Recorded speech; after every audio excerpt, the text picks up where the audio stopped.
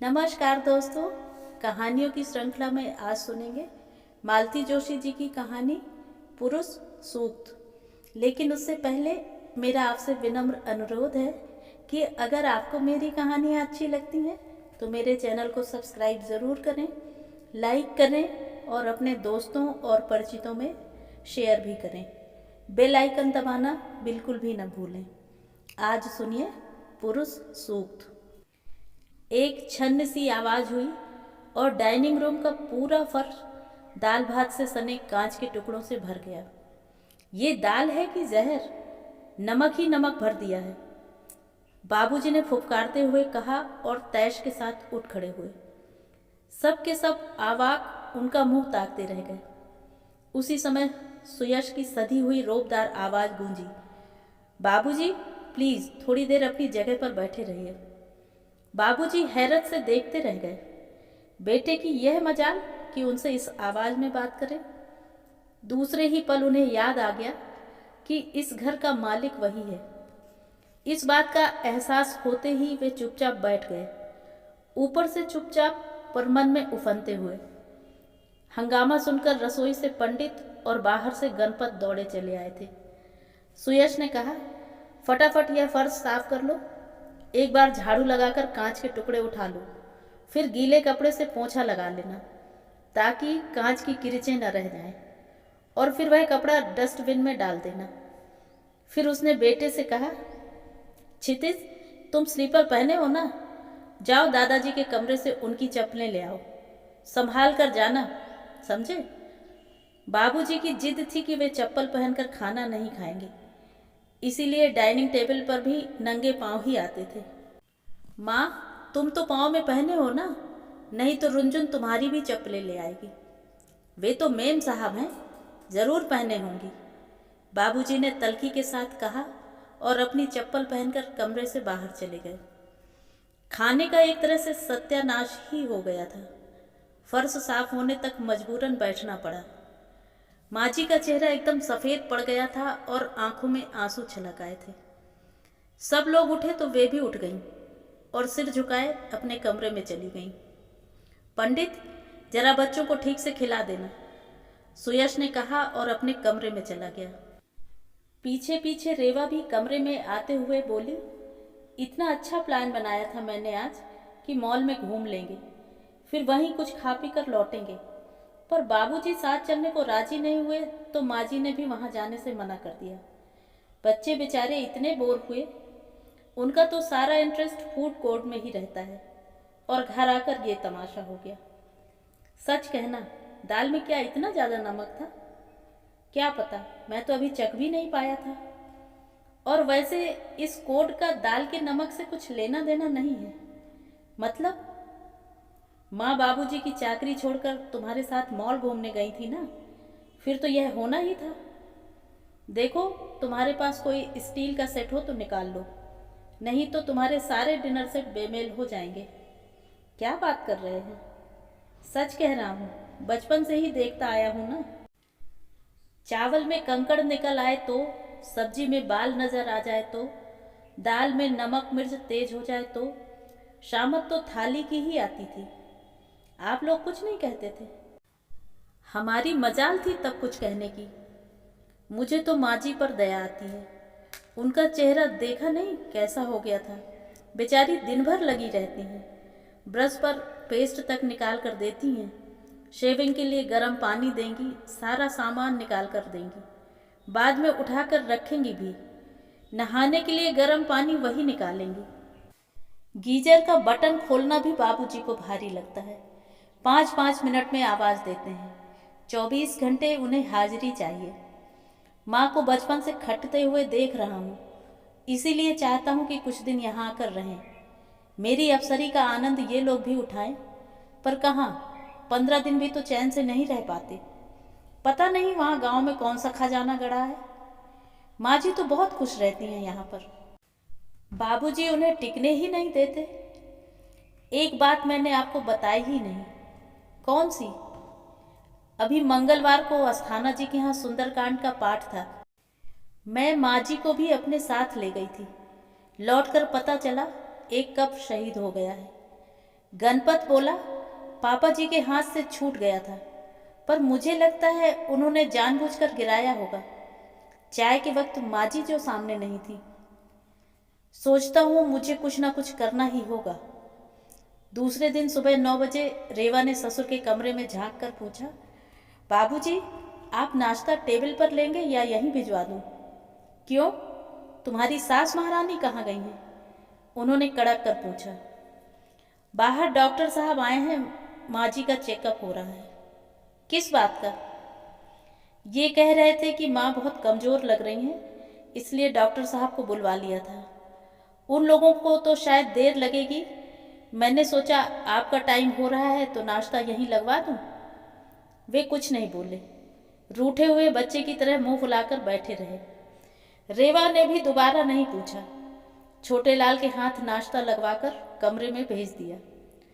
Doctor साहब के जाने के बाद जब सुयश माँ को लेकर कमरे में आया तो नाश्ता वैसा ही अनछुआ पड़ा था। इन लोगों को देखते ही बाबूजी ने गुर्राकर पूछा, किस बात का चेकअप हो रहा था? माँ इस बार बहुत कमज़ोर लग रही थी तो सोचा एक बार दिखा ही लेते हैं। डॉक्टर साहब कह रहे थे कि खून की कमी हो गई है। दवाइयाँ तो खैर लिखी ही हैं, पर कह रहे थे इन्हें आराम की सख्त ज़रूरत है। यहाँ आराम ही तो कर रही हैं, कौन सा पहाड़ तोड़ रही हैं? उन्होंने निष्ठुरता से कहा। माँ, सुयश ने कहा, तुम बाबूजी का नाश्ता गर्म करके ले आओ और अपनी भी प्लेट लेती आना। तुम्हारे बिना बाबूजी खाएंगे थोड़े ही। माँ जब चली गई तो सुयश ने कहा, हाँ तो मैं कह रहा था माँ को आराम की सख्त ज़रूरत है। मैं भी तो वही कह रहा हूँ, यहाँ कौन सा पहाड़ तोड़ रही हैं? वे जो भी कर रही हैं वह भी उनके लिए ज़्यादा है। एक बात का शायद आपको एहसास नहीं है कि माँ अब पहले वाली नहीं रही। आपके साथ साथ वे भी बुढ़ा रही हैं। आपके सारे काम वे कर देती हैं, पर उनका काम करने वाला कोई नहीं है। इसीलिए मैं आप लोगों को यहाँ ले आया हूँ। सारी झंझटों से मुक्ति पाकर यहाँ आराम से रहिए। मैं छोटे लाल को आपकी सेवा में लगा देता हूँ, वह आपके सारे काम कर देगा। माँ दिन भर कमरे में लेटी रहीं। बाबूजी दिन भर असहज बने रहे। उसमें पत्नी के प्रति चिंता कितनी थी और नाराजगी कितनी, यह जानना कठिन था। दूसरे दिन से माँ का चिकित्सा अभियान विधिवत शुरू हो गया। उसी अनुपात में बाबूजी की चिड़चिड़ाहट भी जारी रहती। छोटे लाल का एक भी काम उन्हें रास नहीं आता। बेचारा दिन भर उनसे झिड़कियाँ खाता। सुयश ने एक आध बार कहा भी कि बाबूजी ये गांव के लड़के नहीं हैं कि उल्टा सीधा कुछ भी सुन लेंगे। यहाँ नौकरों चाकरों से भी इज्जत से बात करनी पड़ती है, गाली गलौज तो बिल्कुल भी नहीं। शहर में शायद बाप को बेइज्जत करना जायज़ है, वे कसैले स्वर में कहते तो सुयश चुप रह जाता। कभी पत्नी को ठीक ठाक कपड़े पहनने देख लेते तो उनका पारा चढ़ जाता। कहते, तुम तो बीमार हो ना, फिर कलफदार साड़ी पहनकर क्यों मटक रही हो? बहू कहती है कि दिन भर कोई आता जाता रहता है, आप अच्छे से ही रहा करो। हाँ ठीक तो है, नहीं तो लोग तुम्हें नौकरानी समझ लेंगे, फिर मुझे तो शायद चपरासी ही समझते होंगे। उनका मन हुआ कह दें कि यहाँ के चपरासी भी तुमसे ज़्यादा साफ सुथरे रहते हैं, पर कहने की हिम्मत नहीं पड़ी। इतना भर कहा, घर में रोज ढेर सारे कपड़े प्रेस होते हैं, कमीज वगैरह दे दिया करो ना, हमारी वजह से बेटे की किरकिरी हो, अच्छा लगता है। इतना भी वे कैसे कह पाईं, उन्हें खुद आश्चर्य हुआ। बेटे का आश्वस्ति भरा हाथ पीठ पर है, इस एहसास ने ही उन्हें शायद यह साहस दिया होगा। अपनी ओर से बोलने वाला कोई है, यह विश्वास बड़ा बल दे जाता है। माँ जी को यहाँ बहुत अच्छा लग रहा था। जिंदगी इतनी शानदार कभी न थी। इतनी सेवा टहल जिंदगी में पहली बार पा रही थी। एक पुकार पर कोई ना कोई दौड़ा चला आता था। अब ना सुबह सवेरे उठकर पानी भरना पड़ता था, ना मेहरी की प्रतीक्षा में आंखें बिछानी पड़ती थी। हाट बाजार के लिए अड़ोस पड़ोस के बच्चों की चिरौरी करने की भी जरूरत नहीं थी। रसोई के झंझटों से मुक्ति मिल गई थी। परसी थाली सामने आती थी और मनुहार करके खिलाई जाती थी। बाबूजी यह सब देख देख कर कुढ़ते थे। पत्नी के सुख से ऐसी ईर्ष्या, सबको आश्चर्य होता था। मनोरंजन के लिए बेटे ने कमरे में टीवी लाकर रख दिया था, पर बाबूजी को उनका यूं डूबकर टीवी देखना अच्छा नहीं लगता था। वे बार बार चैनल बदल देते थे। पत्नी का रस भंग करके उन्हें खुशी होती थी। वे अखबार लेकर बैठ जाती तो कहते, कभी पढ़ा था पेपर, काला अक्षर भैंस बराबर, पर ऐसे दिखा रही है जैसे कहीं की कलेक्टरनी हो। बहू कभी सास को प्रेम से मंदिर, भजन कीर्तन या बाजार ले जाती तो घर आकर बाबूजी का गुस्सा झेलना लाजमी था। औरों तक उसकी आंच वे पहुंचने नहीं देती थी, पर खुद तो उस ताप में झुलस ही जाती थी। फिर भी कुल मिलाकर दिन अच्छे से बीत रहे थे कि एक कांड हो गया। उस दिन संडे का स्पेशल लंच लेकर सब लोग अपने अपने कमरों में सुस्ता रहे थे कि गणपत ने आकर सूचना दी, मेहमान आए हैं 2 ऑटो में। बाहर आकर देखा, उनके मुरैना वाले पड़ोसी थे, बाबूजी के परम मित्र। 3 पीढ़ियां साथ थीं, दादा दादी, बेटा बहू और पोता। पोते का इंजीनियरिंग में हो गया था, काउंसलिंग के लिए आए थे। माता पिता को तो साथ आना ही था। माँ बाबूजी से मिलने दादा दादी भी आ गए। चाचा जी, मुझे तो खबर की होती, स्टेशन पर गाड़ी भेज देता। घर ढूंढने में परेशानी तो नहीं हुई? मैंने भाई साहब को फोन कर तो दिया था। मुझे खुद हैरानी हो रही थी कि कोई लेने क्यों नहीं आया। तब तक बाबूजी बाहर आ गए थे। सुयश ने पूछा, बाबूजी आपको पता था ना कि ये लोग आने वाले हैं, तो घर पर बताना तो था। भूल गया, आप बता देते तो मैं खुद स्टेशन चला जाता। पता है वे लोग कितना परेशान हुए हैं। भोपाल में घर ढूंढना कोई आसान काम है। कह तो दिया कि भूल गया, अब क्या फांसी चढ़ाओगे? रेवा ने पति को इशारे से बरस दिया कि अब कुछ ना बोले, बेकार मेहमानों के सामने तमाशा होगा। वह भीतर आकर चाय की तैयारी में जुट गई। उस घर की बहू भी पीछे पीछे चली आई। उसने बताया कि वे लोग खाना भी खाएंगे, क्योंकि बाबूजी ने ताकीद कर दी थी कि खाना घर पर ही खाना। गाड़ी लेट हो गई थी, फिर भी पापा जी ने बाहर से खाना लेने नहीं दिया। बोले इतने लोगों का खाना बर्बाद होगा। रेवा समझ तो गई कि बाबूजी ने यह सब जानबूझकर किया है, पर वह वक्त गुस्सा करने का नहीं था। उसने शांत भाव से कहा, आप लोग चाय पीकर फ्रेश हो ले, तब तक खाना बन जाता है। उसने फटाफट दाल चावल का कुकर चढ़ाया, गणपत से आटा गुंदवा कर रख लिया। फिर होटल में फ़ोन करके 3 सब्जियां, रायता और एक मीठा मंगवा लिया। खाने की मेज इतनी सजी हुई थी कि मेहमान प्रसन्न हो गए। अरे वाह, इतनी से देर में इतना सब कुछ! बाबूजी का माथा ठनका। सब घर पर ही बनाया है या बाहर से मंगाया है? सुयश ने खा जाने वाली नज़रों से देखा तो बोले, भाभी जी बाहर का खाती नहीं है ना, इसीलिए पूछ रहा हूँ। मेहमान बुजुर्गवार ने कहा, भाई साहब जब से 4 धाम की यात्रा की है, सारा परहेज छूट गया है। उन्होंने विषय का वहीं पटाक्षेप कर दिया। गरम फुलके परोसती हुई रेवा ने भी राहत की सांस ली। मेहमान 3 दिन रहे, बड़े प्रसन्न रहे, जाते हुए आशीष दे गए। यहाँ की खातिरदारी से वे लोग अभिभूत थे, और यह सच भी था। सुयश और रेवा ने कोई कसर नहीं छोड़ी थी। सुयश ने एक गाड़ी और ड्राइवर उन्हें दे दिया था। रेवा ने एक व्रत उनके नाम कर दिया था। सुयश ने उन्हें बाहर की सैर भी करा दी थी। घर में रेवा ने अपनी पाक कला के जौहर दिखा दिए थे। मेहमानों को खुश तो होना ही था। वे बार बार माँ बाबूजी से कह रहे थे, आप दोनों तो जैसे स्वर्ग में रह रहे हैं, यहीं बने रहिए। बाबूजी को इतनी ज़्यादा प्रशंसा हजम नहीं हो रही थी। जाते हुए उन्होंने डिठौना लगा ही दिया। माफ़ कीजिए, उस दिन आप लोगों को होटल का खाना खाना पड़ा, पर क्या करूं, गलती मेरी ही थी, मैं ही बताना भूल गया था। सुयश ने सुना और खून का घूंट पीकर रह गया। शाम को दफ्तर से लौटते हुए सुयश ने कहा, बाबूजी आपने यह चश्मा कब बनवाया था? याद नहीं, 5-6 साल तो हो ही गए होंगे। क्यों? इतना गैप ठीक नहीं।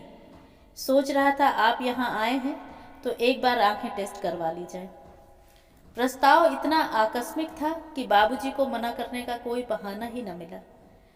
सुयश उन्हें डॉक्टर के यहाँ ले गया, आंखें टेस्ट करवाकर नया नंबर लिया, फिर चश्मे की दुकान पर जाकर फ्रेम पसंद किया और ऑर्डर लिखवाया। लौटते समय उन्हें इधर उधर घुमाते हुए दर्शनीय स्थलों की जानकारी देता रहा। वे उदासीन भाव से सुनते रहे। एकाएक सुयश ने कहा, बाबूजी बुरा न माने तो एक बात कहूँ? कहो। हमने किसी की बात का बुरा मानना अरसे से छोड़ दिया है, उन्होंने कसैले स्वर में कहा।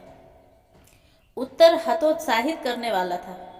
शायद उन्हें अंदाजा हो गया था कि सुयश क्या कहने वाला है, इसीलिए उन्होंने यह रुख अपनाया था। सुयश ने फिर और भूमिका नहीं बांधी और ताबड़तोड़ कह ही डाला, उन लोगों के जाते समय वह होटल वाली बात उठाने की क्या जरूरत थी? वे लोग तो शायद उस बात को भूल ही चुके थे, पर आपने फिर से याद दिला दी। इस बात को न वे भूलेंगे और न मैं भूल पाऊंगा, क्योंकि घर आए मेहमान को बाहर का खाना खिलाने की हमारी परंपरा नहीं है। बाबूजी खासे तैश में थे। बाबूजी, अव्वल तो गलती आप ही की थी और इसे आपने स्वीकार भी किया है। आप तो जानते हैं कि रविवार शाम पंडित की छुट्टी होती है, फिर भी रेवा से जितना बन पड़ा उसने किया। पूरा खाना बनाने बैठ जाती तो रात हो जाती और वे लोग दिन भर के भूखे थे। फिर भी घर में 2-2 औरतों के होते हुए खाना होटल से आए, ये शर्म की बात है। बाबूजी अपनी जिद पर अड़े थे। मैं होता तो आधी रात को भी कान पकड़कर उठाता और 10 लोगों का खाना बनवाता। मैं मानता हूँ आप बिल्कुल ऐसा कर सकते हैं, करते ही आ रहे हैं, पर मैं ऐसा नहीं कर सकता, क्योंकि पत्नी मेरे पाँव की जूती नहीं है, वह घर की लक्ष्मी है। ये क्यों नहीं कहता कि बीबी से डरता है, जोरू का गुलाम हो गया है तू। पत्नी की इज्जत करना अगर गुलामी है तो मैं गुलाम ही सही, और बाप की इज्जत करना कब सीखोगे? सुयश ने कोई जवाब नहीं दिया और गाड़ी घर की ओर मोड़ दी। अच्छा ही हुआ जो ड्राइवर साथ नहीं था, नहीं तो आज का यह संवाद कल पूरे दफ्तर में ब्रॉडकास्ट हो जाता। सुयश तो अपनी बात कह चुका था, पर बाबूजी अभी भी फनफना रहे थे। मुझे मालूम है तुम लोग मुझे सिर्फ माँ की खातिर झेल रहे हो, तो इतना एहसान करने की कोई ज़रूरत नहीं। अपनी माँ को जितनी मर्जी हो रख लो, पर मेरा टिकट बनवा दो, मैं वापस घर जाऊंगा।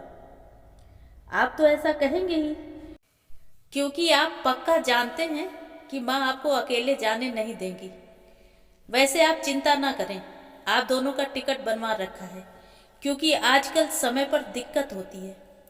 माँ यहाँ बहुत खुश हैं, उन्हें आराम मिल रहा है, वे बहू की सेवा पा रही हैं, बच्चों में उनका मन रमा रहता है।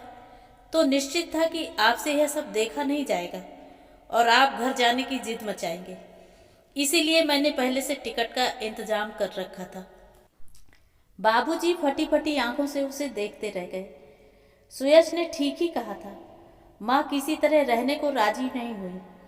बोली, इतने दिन तक सेवा की है, अब चौथेपन में अजस क्यों लूं? अपने रहते तो मैं उनकी शान में कोई कमी नहीं आने दूंगी। अब बाद में जो भी हो। हम पर विश्वास नहीं है क्या? सुयश ने हंसकर कहा और सजल नेत्रों से माता पिता को विदा किया। उस रात मन बहुत उदास था। कितना चाहता हूँ माँ को कम से कम इस उम्र में थोड़ा सुकून, थोड़ा आराम मिले, पर बाबूजी, लेकिन बाबूजी ऐसा क्यों करते हैं? वे यहाँ आराम से क्यों नहीं रहते? यहाँ उन्हें क्या तकलीफ है? उनकी तकलीफ तुम नहीं समझोगी। बाबूजी हमेशा से बड़े दुर्दांत रहे हैं, पर उम्र के साथ उनकी पकड़ ढीली पड़ती जा रही है। हर कोई उनसे छिटक कर दूर चला गया है। एक माँ ही रह गई हैं जिन पर वे रोब गांठ सकते हैं, अपनी सत्ता चला सकते हैं, इसलिए वे माँ को कसकर पकड़े रखना चाहते हैं। चाहता हूँ कि माँ कुछ दिन तो सुख से रहें, अपनी मर्जी से अपनी जिंदगी जिएं, पर इनके रहते तो वह संभव ही नहीं है। छी, कैसी बातें सोच रहे हैं आप? रेवा ने एकदम से झिड़क दिया। तो सुयश शक पका गया। आपको क्या लगता है माँ उस हालत में खुश रह सकेंगी? कतई नहीं। अब तो उनका अलग से कोई अस्तित्व ही नहीं रह गया है। उनके लिए जिंदगी का एकमात्र अर्थ बाबूजी की सेवा ही है। उसके बिना तो वे जी ही नहीं पाएंगी। आप उस तरह की कोई बात मत सोचो प्लीज़। सॉरी, सुयश ने कहा और करवट बदलकर लेट गया। नींद आने का तो सवाल ही नहीं था। रेवा का भी शायद यही हाल था, क्योंकि कुछ देर बाद उसने कंधे पर उसका हल्का सा स्पर्श अनुभव किया और फिर अंधेरे में उसकी आवाज़ उभरी, सुनिए, मेरे मन में अभी अभी एक बात आई है। अगर कभी हमें बाबूजी को अकेले झेलना पड़ गया तो हम कर तो पाएंगे ना? प्रश्न सचमुच विचारणीय था। तो ये थी कहानी। कहानी आपको कैसी लगी कमेंट करके ज़रूर बताएं।